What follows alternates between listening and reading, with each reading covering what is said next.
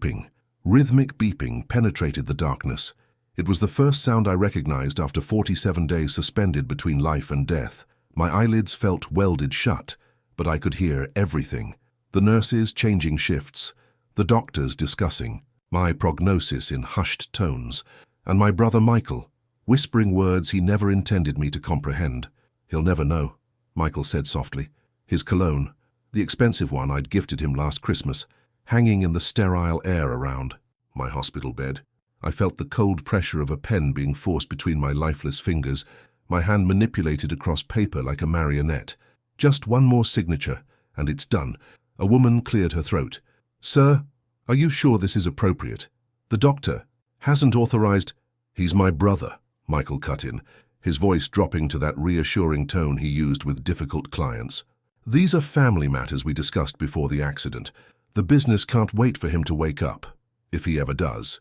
I couldn't move, couldn't speak, couldn't even flutter an eyelid to signal that inside this broken shell I was screaming. The accident had claimed my body, but my mind remained trapped inside, cataloguing every betrayal. The heart monitor continued its steady rhythm, betraying nothing of the cold fury crystallizing within me. Years of building our family's legacy together, the construction company our father started, the investments we'd grown, the historic family estate, all being signed away while I lay helpless. The nurse's shoes squeaked against the linoleum as she shifted uncomfortably. "I should note this in the chart. He's been unresponsive for nearly 7 weeks," Michael said. "The doctors don't expect any change. We're being realistic about the future." Paper rustled, a drawer closed, footsteps retreated. I drifted in and out of consciousness after that, but something had changed.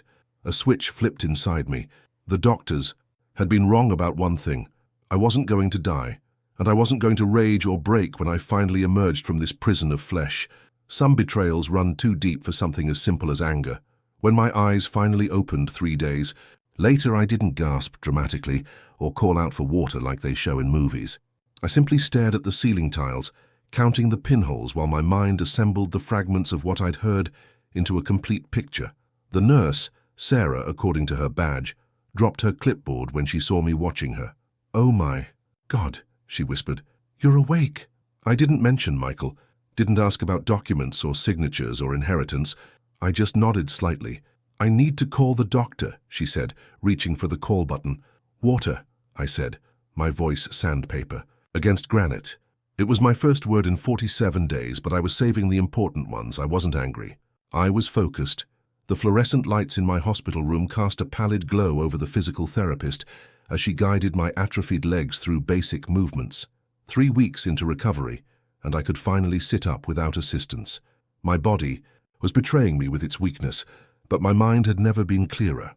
"You're making remarkable progress, Mr. Collins," she said, her voice bright with practiced encouragement. I nodded, saving my limited energy for the conversation I'd been rehearsing since I opened my eyes. When she left, I turned to Sarah, who had requested to remain assigned to my case. "How long have you worked here?" I asked, my voice still rough but stronger each day. She adjusted my IV line. "Almost 5 years now. You like it?" "Most days." A slight smile. "Why?" "Just curious about the people who kept me alive." What I didn't say was that I was building a mental inventory of potential allies. In the silence of my coma, I'd learned to recognize her footsteps, lighter on the left, a barely perceptible limp. She'd been the one who spoke to me when others had given up, who adjusted my pillows when no one was watching. "Your brother hasn't visited much since you woke up," she observed, checking my vitals with practiced efficiency. I let the silence stretch between us like a taut wire. "We have a complicated relationship. Most families do," she hesitated, "especially around money." My pulse quickened, but I kept my expression neutral. "What do you mean?" "Nothing specific." She busied herself with my chart. "Just an observation. From working in hospitals, illness brings out the best and worst in families." The crack in her professional demeanor was all I needed. I remembered fragments of her voice from the darkness, her objections when Michael had forced the pen into my hand. "Sarah," I said, meeting her eyes directly, "during my coma, did anything unusual happen with my brother? Anything involving paperwork?" Her clipboard slipped slightly in her fingers. "I'm not sure what you mean." "I think you do." The steady drip of my IV counted the seconds between us. "There were documents," she finally admitted, voice barely audible. He said they were routine business matters that couldn't wait. I nodded slowly, confirmation of what I already knew settling like concrete in my stomach. I should have reported it to someone, she continued, guilt threading through her words. But he was so convincing, said you two had discussed it before the accident. It's not your fault, I assured her, though part of me wanted to scream that yes, she should have stopped him. But alienating my only potential witness would be foolish. Could you tell me what day that happened? It might help with some memory issues I'm having. She told me the date and I memorized it. A Tuesday, exactly 5 weeks into my coma. That evening, when a different nurse was on duty, I asked for my personal effects. The small box contained my wallet, watch, and phone. Dead. Now, of course, I requested a charger. As soon as I could access my phone, I'd have a timeline to work with. Michael and I had built Collins Construction together over 15 years. After our father died unexpectedly of a heart attack, we'd taken his struggling 3-man operation and transformed it into a regional powerhouse with over 70 employees. I handled the architectural designs and client relationships.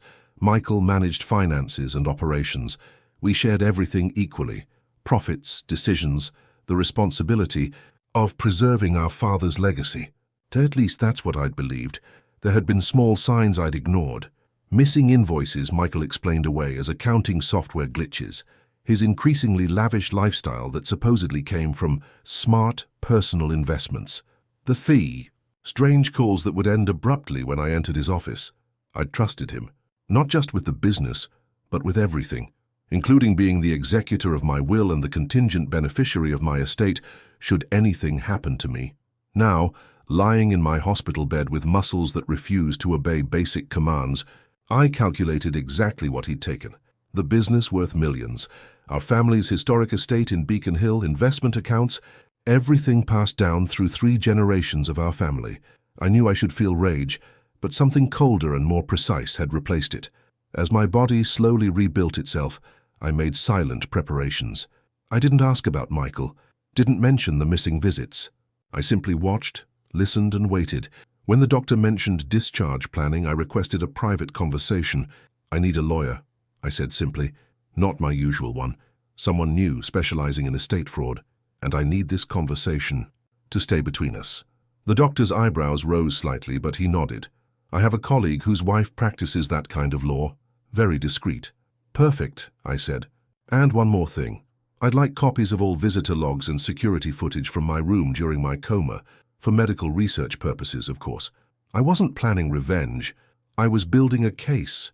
Wind whispered through the crack in my hospital, window carrying the scent of approaching autumn. 6 weeks since waking, and today I would finally leave these walls. Not to go home.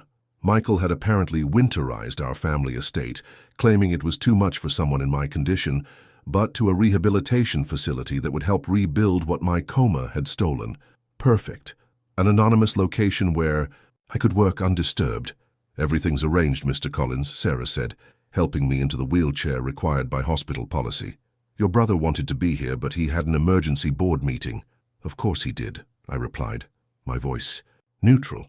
Since awakening, I'd seen Michael exactly 3 times, each visit briefer than the last. He'd avoided all discussion of business matters, focusing instead on vague reassurances that everything was being handled and I should focus on getting better. The rehabilitation center was comfortable enough. Private room, physical therapy, equipment, and most importantly, privacy. Once settled, I made 2 calls from the facility's landline rather than my cell phone, which I suspected Michael might be monitoring. First to Patricia Reynolds, the lawyer the doctor had recommended. Second to James Hargrove, the head of security at our hospital. I need a favor, I told James, who owed me after I'd designed his family home at cost. Security footage from room 412 on this specific date and time. When Patricia arrived the following day, her sharp eyes took in my weakened state without pity. Exactly what I needed. You understand what you're alleging is a serious crime, she said after I explained my situation. Forgery, fraud, possible medical ethics violations.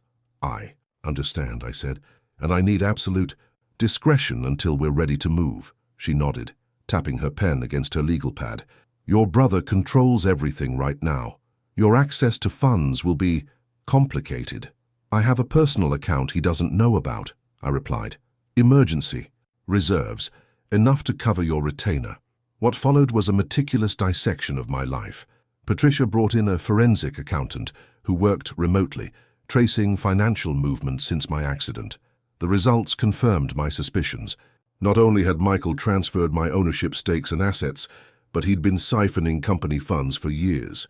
He's leveraged the company for a series of high-risk investments, the accountant explained during our secure conference call.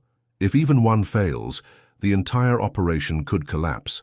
Dozens of employees, people who'd trusted us with their livelihoods, would lose everything. This wasn't just about my inheritance anymore. I worked from my rehabilitation bed, rebuilding my strength during therapy sessions while Patricia built our case. Sarah visited occasionally, bringing copies of my medical records, and, more importantly, her formal statement about what she'd witnessed. I was afraid I'd lose my job if I reported him, she confessed during one visit. He implied he had connections on the hospital board. "You're doing the right thing now," I assured her. "That's what matters." The security footage arrived via encrypted file, grainy but clear enough to show Michael guiding my hand across documents, while a notary waited by the door, carefully looking anywhere but at the bed. Patricia confirmed this violated every ethical standard in existence. "The notary should lose her license for this," she said, her voice tight with professional indignation. I continued my physical recovery, progressing from wheelchair to walker, to cane, each step stronger, each day closer to the confrontation I knew was coming. Michael visited less frequently, always with the same platitudes about my health and vague updates about everything being fine. During his last visit, he casually mentioned he was restructuring some company assets and would be announcing changes at the quarterly board meeting next month. "That sounds significant," I said, keeping my tone mild. "Perhaps I should attend." He laughed, patting my shoulder condescendingly. "You're nowhere near ready for that, David. Doctor's orders are to avoid stress. I've got everything under control." I smiled blandly.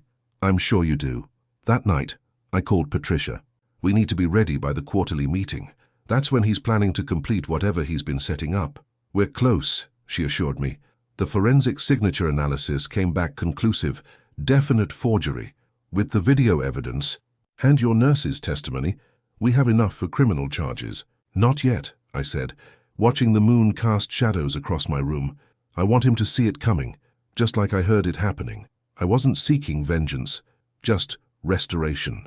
The Collins construction headquarters hummed with the familiar energy of quarterly meetings. Executive assistants bustled through the glass-walled conference room, arranging presentation materials and coffee service. Board members in tailored suits exchanged pleasantries, unaware of the tremor about to ripple through their carefully constructed world. I stood in the lobby, leaning slightly on my cane, a prop I no longer needed, but kept for this moment. Patricia waited beside me, briefcase containing months of evidence clutched in manicured fingers. Behind us, Sarah shifted nervously in her nurse's uniform, having taken a personal day for this appearance. "Are you sure you want to do it this way?" Patricia asked quietly. "We could handle this privately through the courts." "No," I replied, adjusting my tie. "Some things need witnesses." At precisely 9:55 a.m., we stepped into the elevator. The weight of 47 days of silence, followed by 3 months of silent preparation, pressed against my chest. Not anxiety, certainty. The conference room doors were closed when we reached the executive floor. Through the glass walls, I could see Michael standing at the head of the table, gesturing toward a presentation slide. His monogrammed cuffs, a recent affectation, caught the light as he moved. "Wait here," I told Patricia and Sarah, handing Patricia my cane. I opened the doors without announcement. Heads turned. Conversations stuttered mid-sentence. Michael's presentation clicker slipped from suddenly limp fingers. "David," he said, voice cracking slightly. "What a surprise. We didn't expect—" "Clearly," I interrupted, my voice calm but carrying to every corner of the suddenly silent room. "Please continue. I believe you were explaining the new organizational structure?" Color drained from his face as I walked, straight-backed and steady, to an empty chair. The projector illuminated the wall behind him. A restructuring plan that dissolved my ownership completely. "We can discuss this later," he stammered, clicking to a different slide. As I was saying, "Actually," I said, "I think now is the perfect time to discuss it." I gestured toward the doors where Patricia and Sarah now stood. "My attorney and I have some questions about certain documents I supposedly signed while unconscious for 47 days. The room temperature seemed to drop 10 degrees. "These are routine business matters," Michael said to the board, attempting to regain control. "My brother's health is still fragile, and his doctors believe he's experiencing some confusion." "Play the video, please," I said. Patricia connected her laptop to the presentation system. The security footage filled the screen. Michael hunched over my hospital bed, forcing my limp hand to sign documents, whispering, "He'll never know." When the clip ended, the silence stretched taut across the room. I turned to the board members, noting their expressions ranging from shock to calculation. While I was in a coma fighting for my life, my brother forged my signature to transfer ownership of my shares, my property, and my inheritance. The notary has already admitted to falsifying her certification. The signature analysis confirms forgery. I stood, walking slowly to where Michael remained frozen. "But that's not all," I continued, voice level. "The forensic accounting team has identified systematic embezzlement from the company over the past 3 years. Funds diverted to personal accounts and speculative investments that have placed this entire company and everyone's jobs at risk." Sarah stepped forward. "I witnessed the forgery. He told me his brother couldn't hear anything, but medical research shows many coma patients maintain auditory processing. I've provided a sworn statement." Michael's face contorted. "This is ridiculous. You can't possibly—" "I heard everything, Michael," I said quietly, looking directly into his eyes for the first time. "Every word, while you used my hand to steal my life." His knees buckled. He grabbed the table edge for support but still collapsed into his chair. Someone gasped. "The authorities have been notified," Patricia added, addressing the stunned board. "We're prepared to pursue both criminal charges and civil recovery." One of the board members, Janet Wilson, who'd worked with our father, cleared her throat. "What do you want, David?" I returned to my seat, maintaining the careful composure I'd practiced for months. Full restoration of all assets and ownership, Michael's immediate resignation, a complete audit of company finances. I paused. "And the company stays intact with all current employees protected." Michael found his voice, though it emerged strangled. "You can't prove—" "Court order for all financial records," Patricia interrupted, placing a document on the table. "Already signed by Judge Harmon. Accounts frozen as of this morning." My brother's complexion had gone from pale to grey. He looked not at the board, not at Patricia, but at me. "Why like this?" he whispered. "Why not come to me privately?" "The same courtesy you showed me?" I asked. The anger I'd suppressed for months threatened to surface, but I pushed it back down. "I learned something during those silent weeks, Michael. The truth deserves witnesses." The board called for an emergency closed session. As security escorted Michael from the building, I noticed his hands trembling, the same hands that had forced mine to sign away everything I'd built. I wasn't angry anymore. I was simply done. The coastal winds of Maine carry a particular kind of silence. Not the absence of sound, there's plenty of that. Waves breaking against rocks, gulls calling overhead, wind rustling through beach grass. It's more the absence of urgency, of pretense. Nature doesn't rush, and neither do I. Not anymore. 6. Months after the board meeting that changed everything, I sit on the porch of my modest cabin overlooking the Atlantic. It's nothing like the family estate in Boston that I legally reclaimed but promptly sold. This place has weathered shingles instead of marble columns, creaking floorboards instead of Persian rugs. It's more honest somehow. The newspaper on my lap contains a small article about Michael's sentencing. 18 months, mostly probation after a plea deal. The company survived the scandal. With the diverted funds recovered and new oversight in place, Collins Construction continues under new management. I remain the majority owner, but no longer work there day to day. Sarah visits occasionally. She left hospital work to pursue a degree in neuroscience, inspired partly by my case. The foundation I established funds research into consciousness during comatose states. How many others lie trapped hearing everything but unable to respond? "Any regrets?" she asked during her last visit, watching me sketch plans for a boathouse I'll probably never build. I considered the question carefully. Not about how I handled it, but about trusting blindly for so many years? Yes. The letter from Michael arrived yesterday. I haven't opened it yet. It sits on my desk beside the half-finished manuscript of my book. Hearing Darkness, I'm calling it, an account of those 47 days and their aftermath. Phone rarely rings now by design. When it does, it's usually Patricia with updates on the foundation or old friends checking in. Never Michael, Though his lawyer reaches out periodically about remaining family matters, I've simplified everything. Morning walks along the shore, afternoon writing, evening talks with neighbors who know nothing of my past. I adopted an older golden retriever from the local shelter, Max, who cares nothing for inheritance disputes or corporate politics, only the next walk and the occasional treat. Today, I finally open Michael's letter. His handwriting is smaller, than I remember, more cramped. I've tried to understand why I did it, he writes. Jealousy, maybe. You were always the one with the vision, the talent. Dad's favorite. I just managed the money. When you didn't wake up for weeks, something broke. In me. I saw a chance to finally be more than your shadow. I fold the letter, return it to its envelope. Perhaps someday I'll finish reading it. Perhaps not. The sun sets over the water, painting the horizon in oranges and purples no architect could design.